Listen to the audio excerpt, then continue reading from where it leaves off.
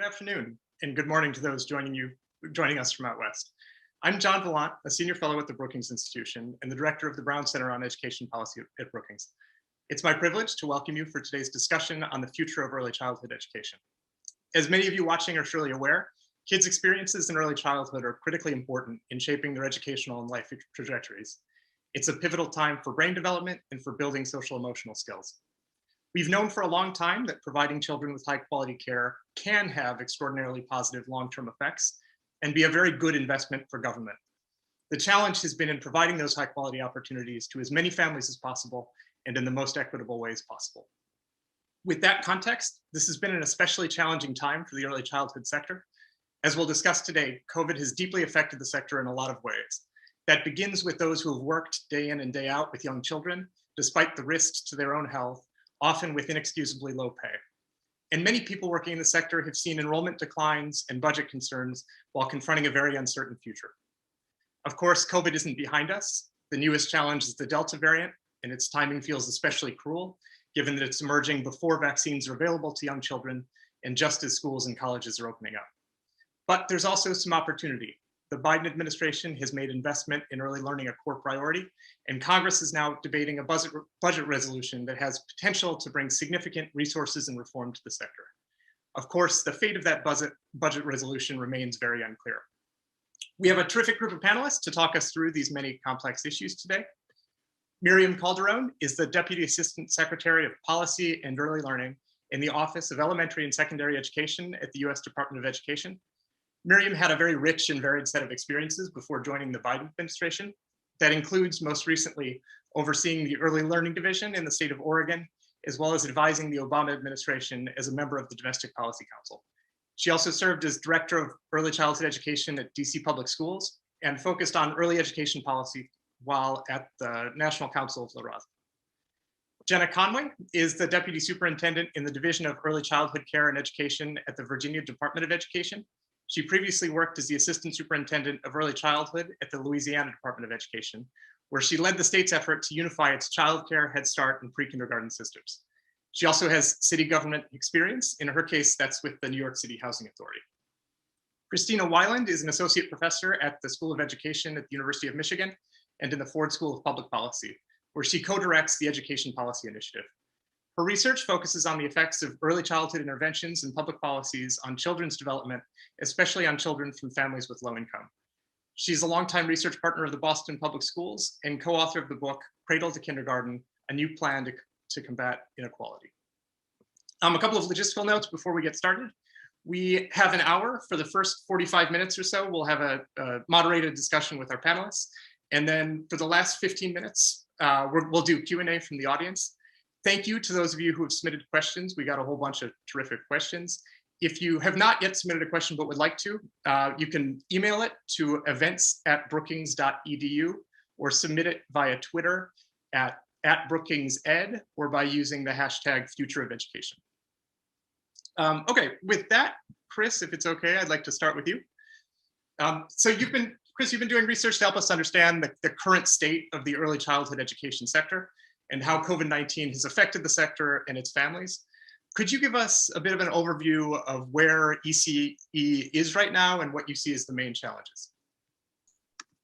Sure, and I want to start by thanking you for inviting us all to be here today and to say how thrilled I am to get to learn from Jenna and Miriam today. We are lucky in the ECE field to have amazing leaders across the country, but these two are really among the best of our best. So in terms of where we are, right? So ECE is really in a tough spot at the moment. So in terms of program stability, learning setbacks for young children, experiences that they've had over the last 18 months, which for some of them is actually the majority of their young lives at this point, and working conditions for teachers. These are all dimensions that are really critically important in which we've seen a lot of trouble. And we know from over 300 studies on the effects of this crisis that we have a lot of work to do. And now we're facing this curveball of the Delta variant, which is making things even more unstable. And at the same time, some of our policymakers have now shown a reluctance to really follow public health guidance to really help those programs recover and get kids and teachers back into classrooms as safely as possible. So that's where we are. And it's important to think about how we got here and to be clear about why we're here. And that's because as a nation, we have never invested in building a high quality ECE system that really works for everyone, unlike a lot of our peer nations that have done so.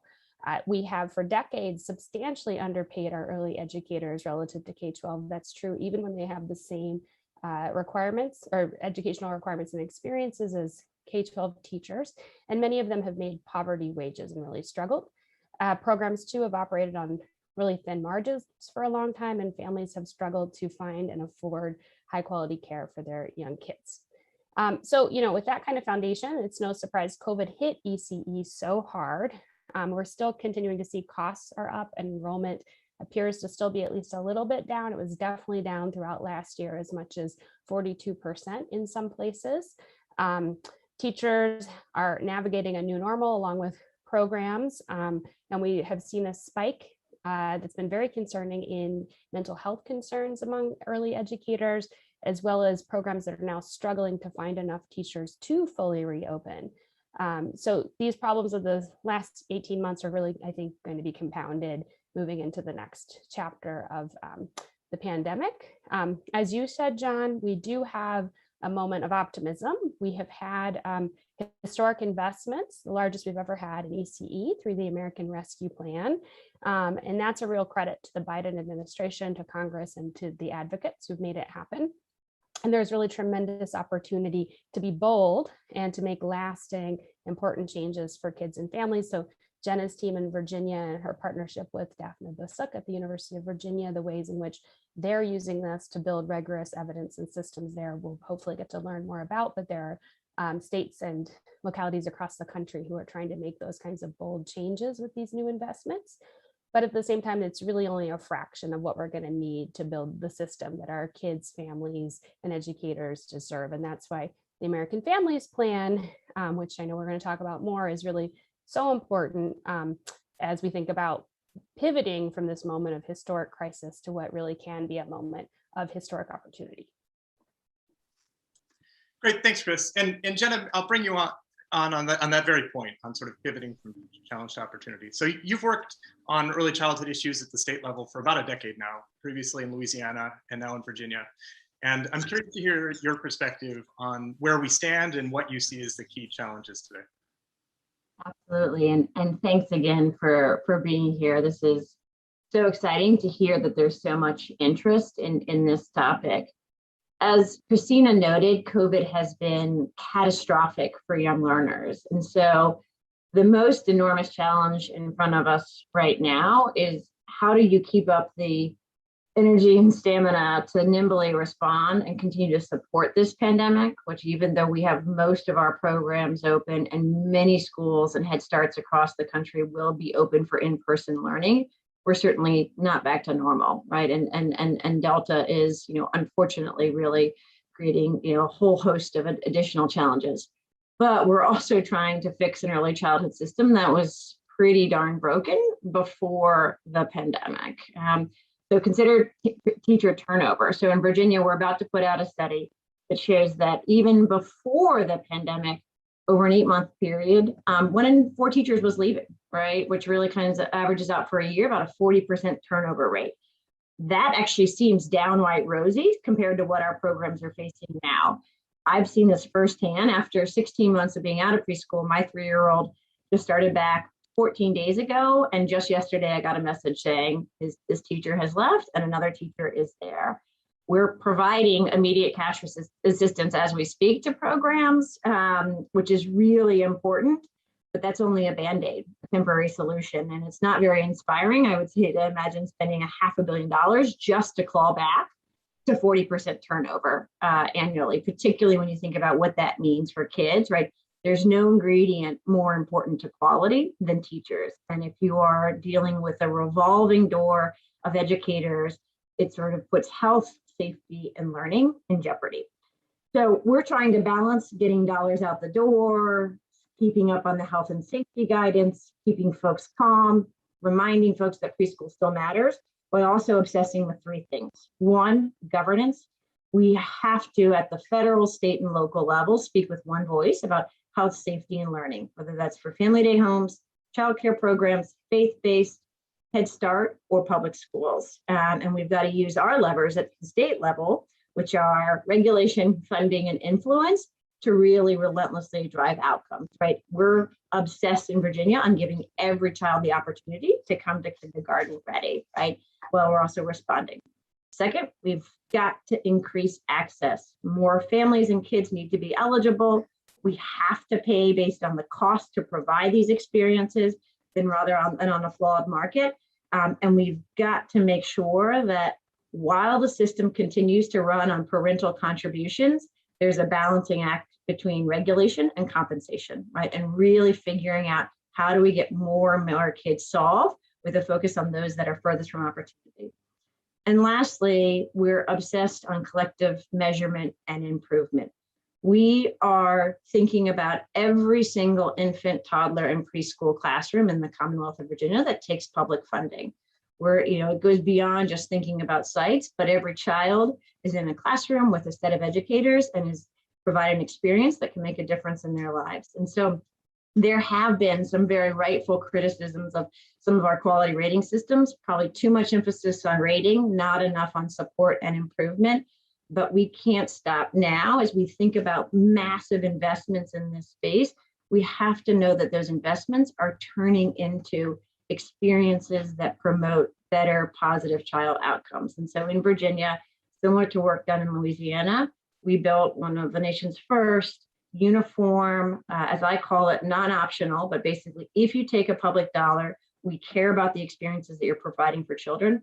We look at the adult-child interactions in all of those classrooms, and then we systematically support everybody to be a little bit better tomorrow than they are today, with the goal of driving better child outcomes. And what we've seen in Louisiana and what we're hopeful for in Virginia is that you can make huge improvements in terms of childcare experiences, while also building some of the more traditional building blocks of kind of teachers earning credentials, but day in, day out, obsessing on what's happening in the classroom and figuring out how we build the right data systems and partner with the right researchers to figure out what matters most and how do we get there in an affordable way while dramatically increasing the number of kids and families who can benefit from early childhood. Thanks, Jenna. And Miriam, so you've worked at the state level before and now sit at the federal level, and you're working on the Biden administration's early learning plans. And I'm curious how you see the biggest issues today, and also if you could speak to what are the administration's top priorities right now in early learning. Sure, thanks, John. And thanks so much to Brookings for including me in this conversation. And I think as Chris said, I learned so much from these two women, fellow panelists, about this work. And so I'm really honored to be here with them. So I think, as you noted, I have had this really varied experience, a set of experiences and opportunities to see the field from different levels. Started my career in Head Start. I helped implement universal preschool in my hometown of Washington, D.C., which is one of the most robust programs, was working in Oregon, supporting childcare and our sector during COVID. Early on in my career, when I left programs, got to really work on this set of federal policy issues from a civil rights lens, and really thinking about immigrant children, our dual language learners, and equity. So I carry that with me. And I will say this is hands down, and I think others will agree, this is the most historic moment in early childhood. We are on the precipice of something extraordinary. And something I've never seen, and I don't think many people who have been working in this field would disagree with me. When I think about the Biden vision, one of the things that is so extraordinary about it to me, and there's a lot, is that it is grounded first in families, I think, and the American Families Plan. And what we know about the science of child development and lessons that have been reinforced for me in my career and all of my experiences is that we will see the outcomes for children when we really ensure that we take care of the adults in the children's lives, and particularly those families. So children are thriving and can be well when the adults are thriving and well around them and those most significant relationships in their lives. So the American Families Plan is a very bold vision. We have paid family leave. We have, the child tax credit. There is so much in this plan that is really focused on supporting families so that families can help their children to thrive. And one of the boldest parts about this, I think, is the investment in early care and education. I think for a long time, we are long overdue in really thinking about the fact that families need a strong early care and education sector, right? That investing in high quality childcare and preschool education opportunities for more families in our country is going to lift more families into opportunity, and their children will be thriving. And that's, what I want to kind of focus on within the American Families Plan is the bold part. Chris talked about this. Jenna touched on this. The majority of state systems of early care and education systems in states and in communities are based on what parents can afford to pay. And parents cannot afford to pay for the quality care in the sector, and we see all kinds of market failures as a result of very small public investment in a lot of communities and a real over-reliance on parents paying for a service, right, that they can't afford to pay any more for. And certainly that makes it difficult for them to find quality and care that meets their needs and preferences. So the $450 billion, see, I can't even really say billion that well. It's still hard for me to take in, is into early care and education system is just a historic opportunity to really expand the supply of quality infant and toddler childcare and preschool opportunities and make it more available to children and families who go without it because they can't find it in their community and they can't afford it. Even in many cases when it is available. So, this is about quality. So the investments are there. This is about bringing the resources, but also ensuring that there's quality. So there's a huge priority placed on wages for the early care and education workforce so that we can recognize them and treat them as professionals, address their working conditions, compensate them, address the turnover and the churn that Jenna was just talking about. That is a huge element of quality. We also know other things are really important. The work that Chris does in her research, the curriculum, the experiences that children have in these classrooms, and the experiences families have matter greatly. So research-based curricula, class sizes, making sure that the programs are really aligned to the best practices. And we know in the science of child development is an important part, and making the investments that really support us to be able to do that is a critical really component of this. And I think the last thing I'll say is that, as we touched on the American Rescue Plan, which was an incredible investment and infusion of resources into states to be able to stabilize the sector. The American Families Plan really builds on that. We know we need long-term systemic reform. This is about stabilizing the sector, getting more supports to children and families as a result of the impacts of COVID. But we want to build back to a better system, as our president talks about, right? And that's really the vision in the American Families Plan and the investments that we're proposing in early care and education. Thanks, Miriam.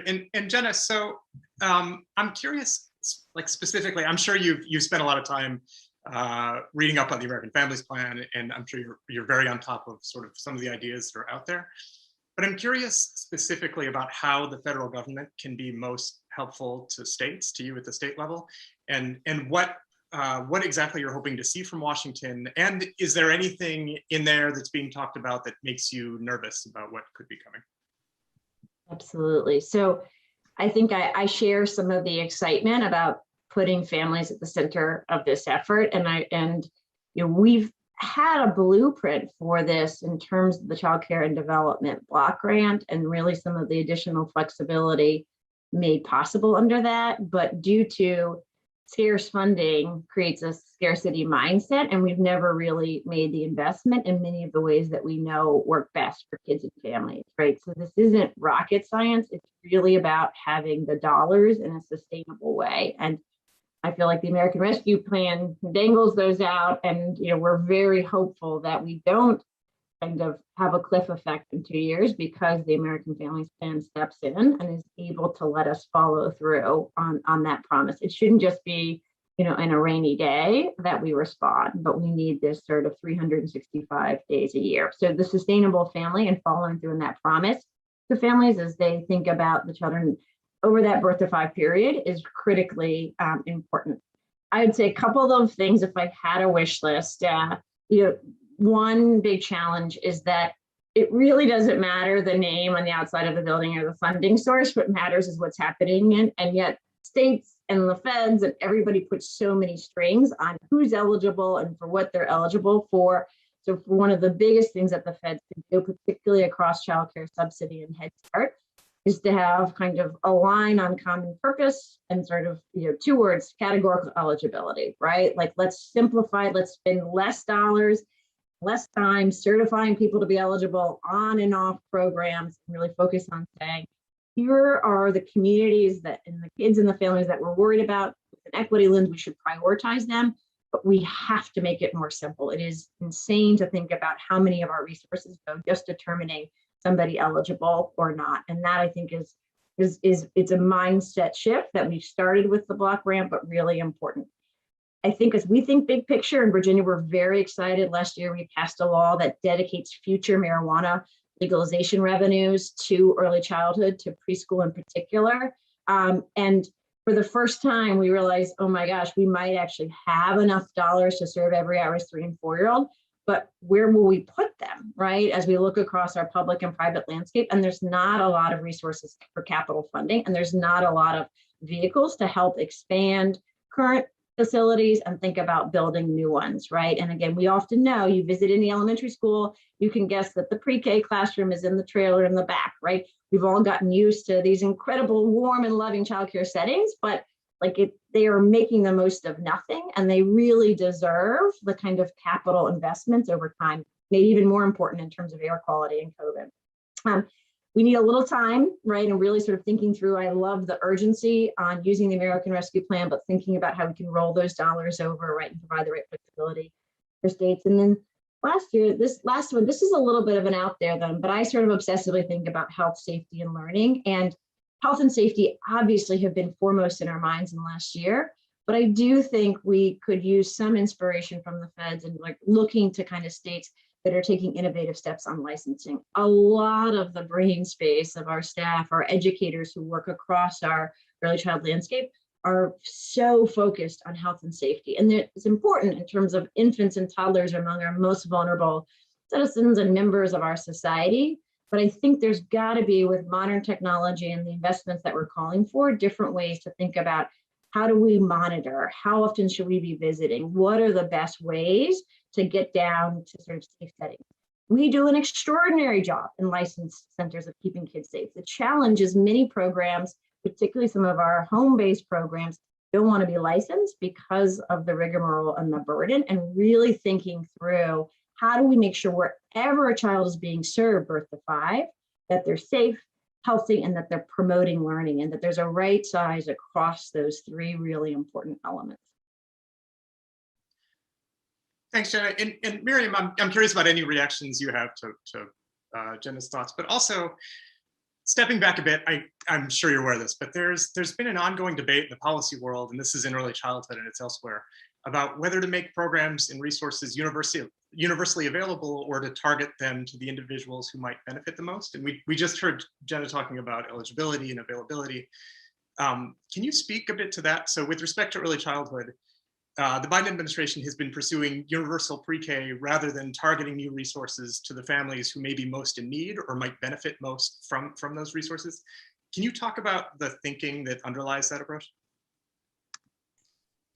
Sure, absolutely. So I would say first that the Biden administration and our proposal, both on new investments in childcare as well as preschool do work in a manner that, in Oregon, so this is sort of a word that we use, sort of an approach to kind of targeted universalism, because I do think that there's a couple things that we know about, kind of the state of play and how early care and education system, the consequences of limited public investment is that race, income, zip code are predictors of children, of whether children participate in a high quality childcare preschool experience before school. We also know that it has shaped the supply in particular communities. So communities where you have a concentration of families from low income backgrounds, you're going to see, less supply, equality, and accessibility unless there has been a robust investment of public funding. So we also know that families along a wide range of income, a wide income spectrum struggle to afford the cost of quality. And we know that, that so many children in our country increasingly spend time in their first 5 years of life in care outside of with someone else outside of the care of their own family members. I really let Jenna's frame about in the state of Virginia wanting to be able to touch all of those environments and settings that families choose for their early learning, early childhood care experience is critical. So when the way we have thought about this in our administration is to think first about how do we prioritize communities where there is, that are really highest needs, where there is a concentration of underserved children and families who currently lack access, and really build programs that are inclusive in those communities and prioritize them first. And states will have a plan then to think about how to grow these programs and build supply and capacity to more communities in their states. We know that states have been doing this work. We were doing this work in Oregon, and then they have made really important advances in really understanding where there are families that have been underserved, where they are concentrated in those communities, who are the providers that are best equipped to serve those children and families.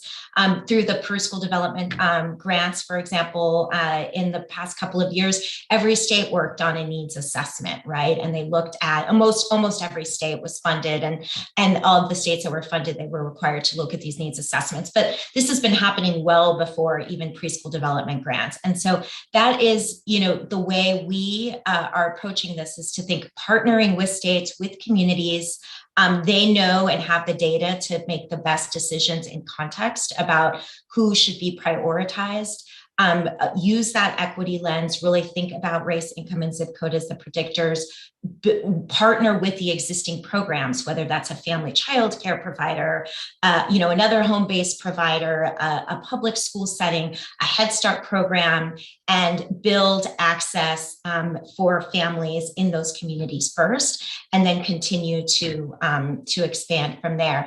I think the other point that I'll make about that often I think is talked about in our field, and is certainly important in our policy conversations, is if we want to stop the siloing of classrooms by funding stream that Jenna was talking about, it's also important to think about building programs in this manner. So often, because of the way we do means tested, or we say that you qualify for this funding stream based on this income or your ability or some other a factor or consideration, we end up building programs that way too. And that's just the easiest default.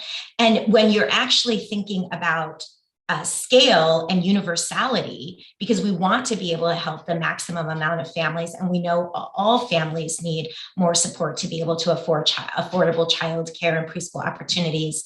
It gives you a different ability to think about how you would scale towards universal, and then how you can ensure that children are not segregated or siloed by income or ability. And so this approach, we think, is going to work, is really the way to do that, to make sure we also can have diverse and more inclusive classrooms. And we're moving away from that unfortunate reality in our field that, I've seen happen a lot, and I've tried to work work against resolving, which is that we end up putting children in programs and classrooms when we means test them by funding streams. And so this approach will allow us to partner with states and really to build from communities, but certainly keeping that equity lens. Who do we serve first in communities? How do we help states do that? And how do we make sure that when they build those programs in those communities, they're inclusive, right? And not separating children by funding streams. Great, thanks. I would just add, if I could, that, I think this flies a little bit under people's radar, but early childhood, because of all the factors that Miriam's talking about income cutoffs and parent pay and different programs, is actually more segregated than K-12, right? So we have a lot of attention to how segregated our high schools are, elementary schools, but in fact, our early childhood systems are far worse in places where, the norm, where you don't have universality like you do in, say, DC, the system that Miriam led. And we know that young kids learn so much from each other that they're never going to be as flexible cognitively as they will again. So it's really important that we are mixing them together, and that is part of expanding opportunity as well. Yeah, thanks, Chris. And Chris, I'm curious about your thoughts on policy priorities more generally, whether it's whatever research has taught us about what's more and less promising, or just your thoughts on what we should be really focusing on. Yeah, I'll speak, everything that's been mentioned is so important. I will speak to the pieces that, if they go away in the reconciliation process, will break my heart the most from a research perspective. And, one of those absolutely is the emphasis on pay parity for early educators.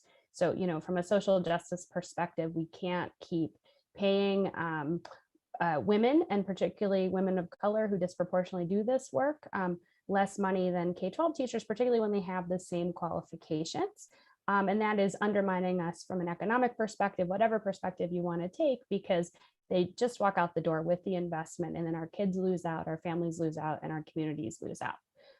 So we can't keep doing that. So if that goes away, that would be very sad. I would say too that the plan has a really unusual focus on the science of early childhood education and what we've learned over the last 15 years of what really makes early childhood classrooms work well, right? So as Jenna emphasized, it's not enough to set up everything perfectly outside the school. What really matters to the little 4-year-old or 3-year-old is what is going on with their teacher in their classroom, right? That's the immediate impact of early childhood education for them. And so the plan is really specific that we need developmentally appropriate, and I hope it will become evidence-based curricula in these classrooms that are play-based and fun for children, but are intentional and really follow the science around how young children learn. And at the same time, we've also learned a great deal about how best to support our teachers. So professional development is very common throughout early education and through K-12. And what we see particularly in early education is that coaching, so having somebody who visits your classroom and helps you troubleshoot the problems that are in front of you, is the most impactful form of professional development, and particularly when it's tied to an evidence-based curriculum. So I think there's some room for this to happen in the bill, and these elements are mentioned, which again is somewhat unusual to see those sorts of details, and really encouraging, because it is a real attempt to follow the science of what kids need. And then finally, the access pieces are just so critical, right? So we know that many families get stuck trying to navigate into the programs, and that many middle-income families in particular don't qualify for a program like Head Start or a means-tested state PreK program, and can't afford another option. And so it's really important that we are not systematically leaving families out of opportunity as we think about going big in early childhood. Thanks, and we got a couple of questions from audience members on pay parity, so that's thanks for hitting that. And it's also a nice reminder to put this out again. So if you have questions you'd like to submit, we'll take them as they come in, by email at events@brookings.edu, or by Twitter using the hashtag Future of Education. And so I want to kind of stick on the teacher question. And Miriam, I'll direct this to you, but really anyone who has thoughts, I'd be curious to hear them. So we know that recruiting, retaining, and developing teachers has for a very long time been a challenge in early childhood education. And if we are approaching a shift towards something that resembles universal pre-K in whatever form that might take, how do we ensure that we have enough of those excellent teachers around to make sure that we really do have a great teacher for every child? Sure, thanks for that. It's a critical issue, John. I think first, I would say that we need to begin by recognizing that we have a existing workforce, our incumbent workforce that really is an asset to build upon in many ways. First, the linguistic and racial diversity of this current workforce is really important. We know in early childhood that the caregivers, the educators, the providers tend to look more like and reflect the diversity of the children and the communities that they serve. And so I think it is first and foremost, as we work towards this quality vision, it's to recognize that this is a field predominantly of at the same time, women who are low income and who have faced significant barriers to accessing post-secondary degrees, higher education, have turned over rapidly in many instances as a result of poor wages, compensations, have had very limited access to professional development and learning opportunities, and really pathways to be able to achieve, really advance as professionals. And so I think we need to be, and I think many states are, in a space of innovation in terms of building up our capacity to take what we know and what we see is working and scale that in terms of being able to invest in our incumbent workforce, right? And help them continue to improve their skills, get access to job-embedded coaching and professional development, and increase pathways to building on this current workforce. Increase their opportunities to advance in terms of degrees and credentials and preparation so that they have options in the field, and pay attention to how we do that is in the context of their current reality, right? Around affordability of programs, the fact that they'll be working and participating in these types of programs. So that's first and foremost, retain that diversity, look at the incumbent workforce as the asset and build on it. And really from the federal government, we want to be able to support states in building those systems and building that capacity, I think, as part of this program. At the same time, we need thousands of more teachers to make this a reality, right? And I know that in Oregon, as I went around the state, I said I always ask this question: what's the biggest barrier that holds you back from being able to serve more children and families? And the answer was always the same: rural, urban, suburban parts of our state, tribal communities, and it was finding a qualified workforce, right? That is willing to do this work. So I think that the compensation and the salary issues are huge. We cannot and should not ask educators to come into this field or to stay in this field and upskill and increase their credentials and preparation and not be able to compensate them. So that is a huge priority and emphasis here, is making these, being able to pay and make these jobs appropriate and at parity with kindergarten teachers, show those teachers the same level of importance or respect, we think is going to be really important. And then again, supporting states with resources through this plan to be able to build their systems and build those pathways so we can bring more educators. This will be a more, this will be a new opportunity for growth. But without wages and without the supports, we know we're not going to be able to bring a significant number of new workers in this workforce. I think this is a big challenge. I'm not going to sort of shy away from that. We have to invest more in the capacity of states and resources to be able to build up these systems. But I think it's a well understood issue, and addressing compensation is going to be one of the significant challenges that we hope will be addressed as part of this plan if it comes to fruition. So then it's really about how do we help states build those systems so that they can recruit more workers, more individuals into this profession, as well as make sure that we do not push out and that we build on the assets of the current workforce.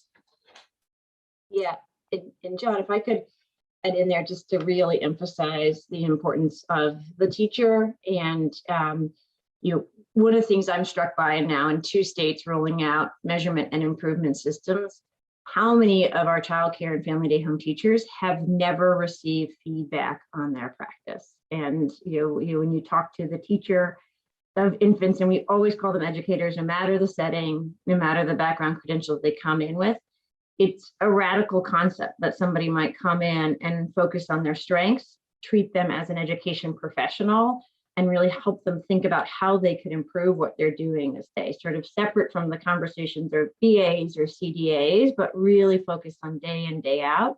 How do we help you grow as a professional? And I've been pleased symbolically to be a part of moving this to education and really recognizing our folks as educators. I'd argue that we want to lead with compensation for all of the reasons that Miriam noted, both in terms of recognizing the incredible assets of our current workforce, and that we have tried leading with requirements first, and that has not been successful. And when we have, we end up, as we do with our K-12 workforce, with an 80% white workforce or 85% white workforce, right? And so for, regardless of kind of how we got to this place, really focusing on the competencies of this current workforce, right, in addition to some of their kind of demographic assets, is really important. In Virginia, we took the preschool development grant and just turned that directly into incentives for teachers. It wasn't exactly what was called for. They were really looking for a needs assessment and strategic planning, but I was basically like, enough with the consultants, let's just pay the teachers directly. We didn't have quite enough to go around, so we're able to do a random control trial and partner with researchers at the University of Virginia and really show that just giving somebody the equivalent of 75 cents more per hour can cut turnover in half. 75 cents more per hour can cut turnover in half. And when you think about the investments around training somebody to provide high quality interactions, to use a research-based, evidence-based curriculum, and to be able to address the incredible needs of kids, if she walks out, all of that investment in her walks out, right? There's no greater loss to the kid, to the provider, to the system. And so really thinking through, how do we lead with compensation? How do we directly pay in the places where we can't kind of put the provider in this impossible position, where if we sort of, for example, just focus with wage requirements, but we don't give you enough money to meet those wage requirements, and you've got to get it from your middle income and your low income families. But really think about this sort of direct subsidization of educators to turn down that turnover. And I think that's really important. The other thing that I think is really exciting, and just hopefully that folks will use some of the kind of set aside dollars for both the American Rescue Plan and these other ones, we have to build strong technology infrastructure. In Virginia, we're building a system that basically will allow us to understand which kids are in which classroom, have a set of quality elements about those classrooms. What are the interactions like? What is the curriculum used? What is the background of the educator? What types of professional development are she or he getting? And then to tie that to outcomes, right? And as soon as we build our licensing platform, to tie health, safety, and learning, and to be able to track that over time. But I think we're at a precipice. We know that many of our current workforce don't have the time, nor can afford, or historically have not had access to higher education. So a bachelor's degree cannot be the answer for the entirety of this workforce. But if not that, what? And I think kind of building the data system like we're building in Virginia, partnering with higher ed partners to then kind of come up with, here are the core competencies, here's how you measure it, here's the kind of things that matter most in terms of improvement over time, so that there's a nimble, more affordable way. We've seen this in other sort of random industries, from welding to shipbuilding, right, where they've figured out how to, on the job, prepare people to be effective and to improve over time. And I'm hopeful that these resources and the kind of recognition that Miriam sort of noted to this workforce, let's lead with compensation. Let's focus on kind of how we clearly define and actively help folks build and strengthen competencies. And then let's figure out how we make this a career rather than a stopover.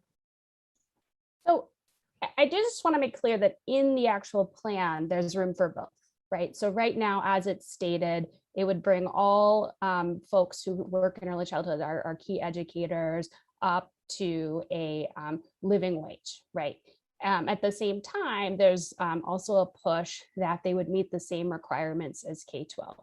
So if in the long term, we really want a system in which teaching a 3-year-old is valued just as much as teaching a 5th grader or, AP calculus in high school, whatever you want to name, I don't think there's any way around really getting to a place in the workforce of the future where those requirements are the same. So I think the plan, as I see it, really allows both. And Miriam is, actively working on this in DC, so she should let weigh in or correct anything that I'm saying. But these are about retaining the workforce that we have and honoring them, but also thinking ahead as we recruit a whole bunch of new teachers and train them and get up to speed the workforce of the future, making sure that early childhood doesn't continue to be in this sort of lesser than position. So again, I think it's an and, not an or.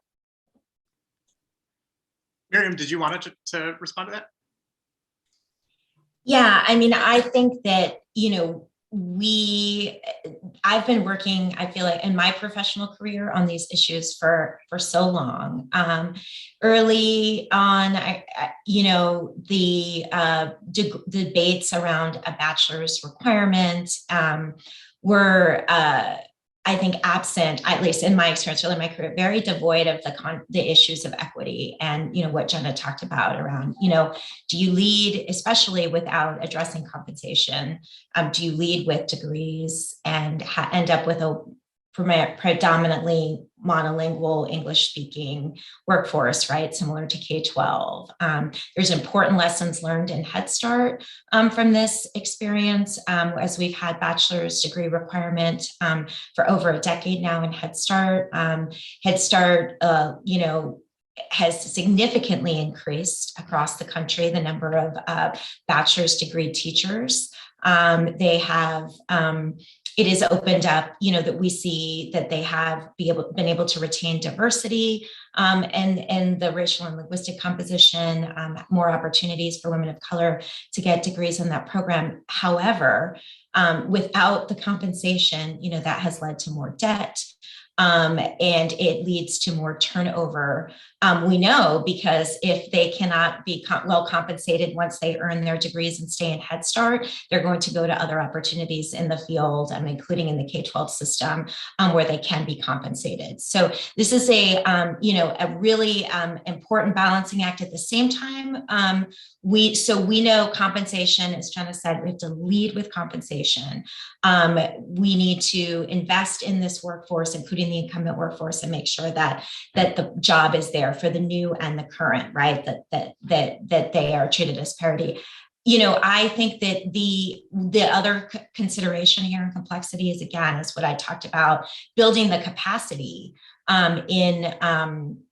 in states, right, to be able to build the programs. The programs are not there right now. The programs in the way that Jenna was talking about, I know this was the case in Oregon as well, programs that are accessible to a workforce, to individuals and educators that will be working while getting, participating in these programs. So how do we bring coursework? And this is where I really think states are innovating, right? Like, how do we bring contextualized professional development that's credit bearing? How to create multiple pathways, for this workforce to be able to advance in their preparation and their skill, including towards degrees programs. Keeping that pathway open, I think, is critically important. Again, early on in the career, there was not enough attention to this and this debate of degrees or not degrees with respect to diversity.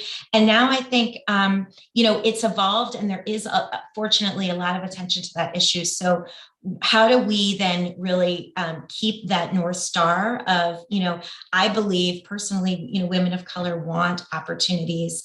And we have data to show that to advance in terms of degrees, because degrees at some point will be the key to the profession. Do you move up? Do you get to be a director? Do you get to be an instructional coach? Like, what does advancement look like, right? We're talking about the context of education where degree requirements already exist. And so I think it's about really building capacity and pathways, supporting this workforce, working towards that goal, and paying attention to equity and making sure that we continue to keep that focus first and foremost on this issue of we want to keep a workforce that reflects the children and families in the community. The diversity in the young child population in this country is extraordinary. They're more diverse than the current K-12 child population. That is going to keep happening. That is so critical to this quality conversation. And so we know that barriers exist to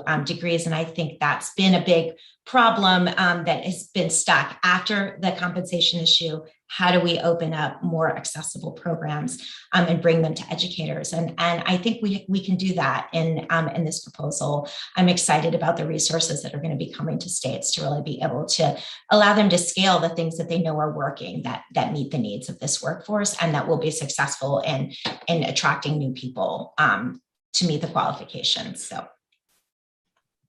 Thanks. And Miriam, you mentioned Head Start, and I'm curious about how you or anyone else is thinking about Head Start fitting into what could be a pretty rapid expansion of seats. And I'm going to couple this with a question that we got from Kathleen McHenry at the Bipartisan Policy Center. Kathleen's question is, curious to hear how Ed is thinking of working with HHS at the federal level on the promises of the Biden administration, and what that might mean for states that typically receive their federal funding from HHS. So maybe I'll start that with you, but any thoughts from Chris or Jenna too on Head Start and sort of where it fits into this? Sure, absolutely.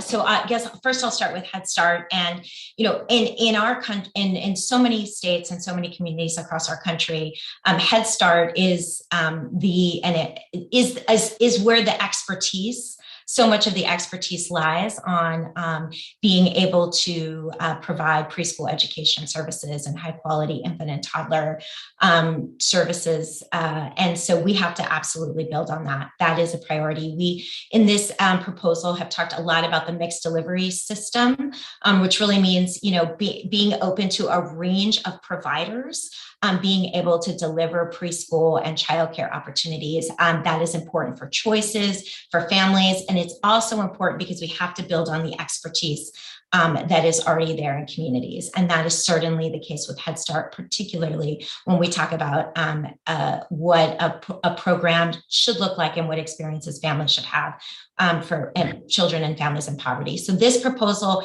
very much thinks about Head Start as a big asset, as a part of this mixed delivery system, as being able to play an important role. I know in the interest of time, I have so many thoughts about how we do that and build, and the intricacies of how we build on the assets of Head Start, but I'll leave it there and let my other colleagues chime in and say that that is absolutely an important part of what we're trying to do within this mixed delivery model and in this policy.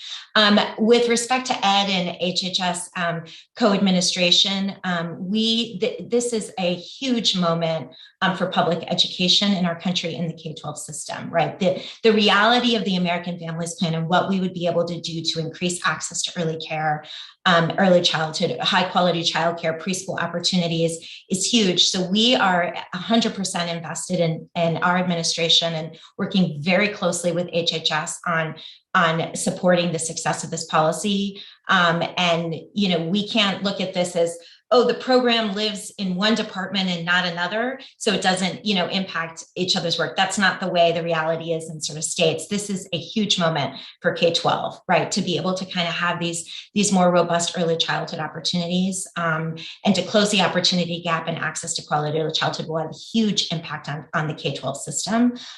This is an opportunity for our early childhood for children with disabilities in the birth to 5 years, particularly to really see the promise of FAPE for early childhood special education students come into reality with the preschool proposal. So we know we need to be working really, really closely together. And so that is, our secretary is committed to that. The secretaries are working together, and we're working together at the staff level and across our administration to be able to ensure that, Ed is a critical partner. We know that, last point I'll make is, Right now, 55% of all children in publicly funded preschool are served in schools. And so schools will need support. We're going to need to support states really and being able to deliver those high quality and scale those high quality programs. And I think that's an important area where we'll really be partnering with HHS to support their part in this mixed delivery model.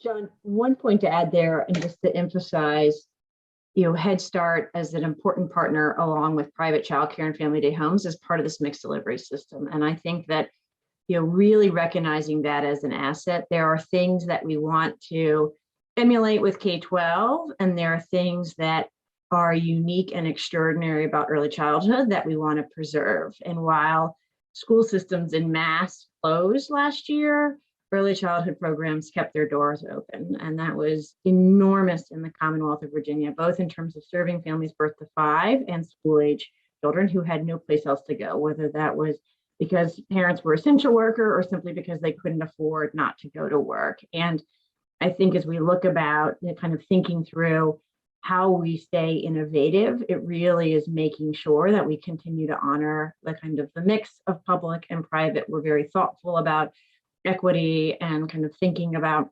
where the market doesn't work. But Head Start provides a unique set of comprehensive services, right, to its kids and families that not everybody necessarily would prefer, but is essential for those kids and families. And I think really thinking through, and how do we set up the right governance at the federal level, at the state level, and I think there's a ton of work at the local level to think about running portfolios. Nobody gets a monopoly, right? As I say, in every single conversation or webinar I ever presented, there's not a single provider type birth to 5 in any state in this country and any community in this country that can serve all vulnerable kids birth to 5. Fundamentally, we have to work together. And that what is it? It's occasionally wonderful collaboration. It's occasionally incredibly fractious and sort of full of friction. But in that kind of coordination, I think you can actually develop systems that are more individualized and address the unique needs of kids and families. And so really thinking through, right, with the American Families Plan, how do we do that? And Head Start continues to be a really important part of that. Thanks. And actually, that's a good segue. So we got a few questions from, I think, mostly directors of private childcare programs who are wondering, who feel some uncertainty here with what might be ahead and what it means for their futures in running those programs. So here, I'll read one, but I think this represents a few questions. So this is from Denise Tuma, she's the head of school at a Montessori program. Do you have a forecast of how free universal preschool initiatives may impact small business owners who've provided childcare for many years? And that could be a forecast, or just sort of how are we thinking about piecing together that, that private provision with whatever else is up? Yeah, so I'll say that I'll bring up that term again of a mixed delivery system, and it's something that is a huge priority for this administration. It is reflected in this policy, and honestly, it is really, I think, the direction and the reality that we're moving in states, which is that quality early care and education can happen in a variety of settings, right? There is no evidence for us to say, oh, there's this particular setting is better than this. It needs to be well resourced. The educators need to be supported.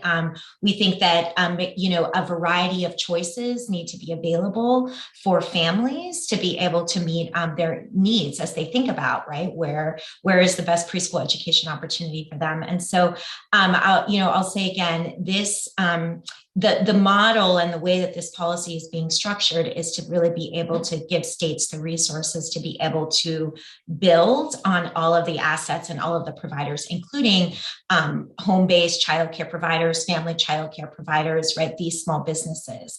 We know they are already providing care, and not, this is about being able to subsidize more of that care so that they can deliver quality services to the children and families that they serve. And so there is absolutely an opportunity here in preschool, in this universal preschool program for our current and future childcare providers to be able to deliver preschool, high quality preschool in their community to more children. So. Great, thank you. And we have just a couple of minutes left. So I'll close with kind of one more question. And Miriam, you just touched on this, and Chris, I heard you speak to it briefly before, but we got some questions about what is high quality early childhood education? Like, what does it look like? What does a good program do? Quickly, and I know that's a big question, but do you have thoughts kind of quickly on what is it? Like what does a good early childhood program look like?